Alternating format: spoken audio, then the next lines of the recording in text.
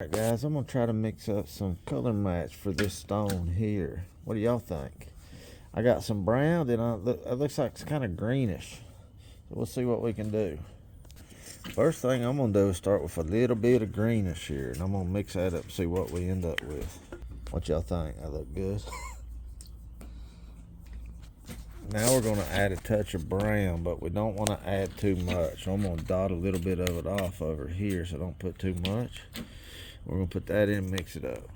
That wasn't enough, so we're going to put a little more brown. So I think that's probably enough. There, we'll see what happens. We're getting closer, but it's going to need more brown. Add me another little bit of brown.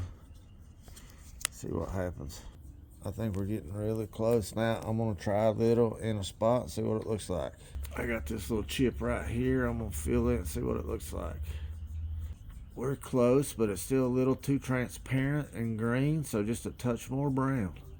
So I got a touch more brown here, but I think it might be too much. I'm going to separate some of this so if I mess it up, I don't mess it all up. All right, see that? I'm going to mix it in. This is what we got now. That's what we have. As I was putting the epoxy in there, I felt like something was missing from the color. So I added a touch of gray, and I think that's going to do it. We'll let it dry and see what it looks like. All right, it finally hardened up and I was able to sand it. I don't know how well you can see or tell. Right there.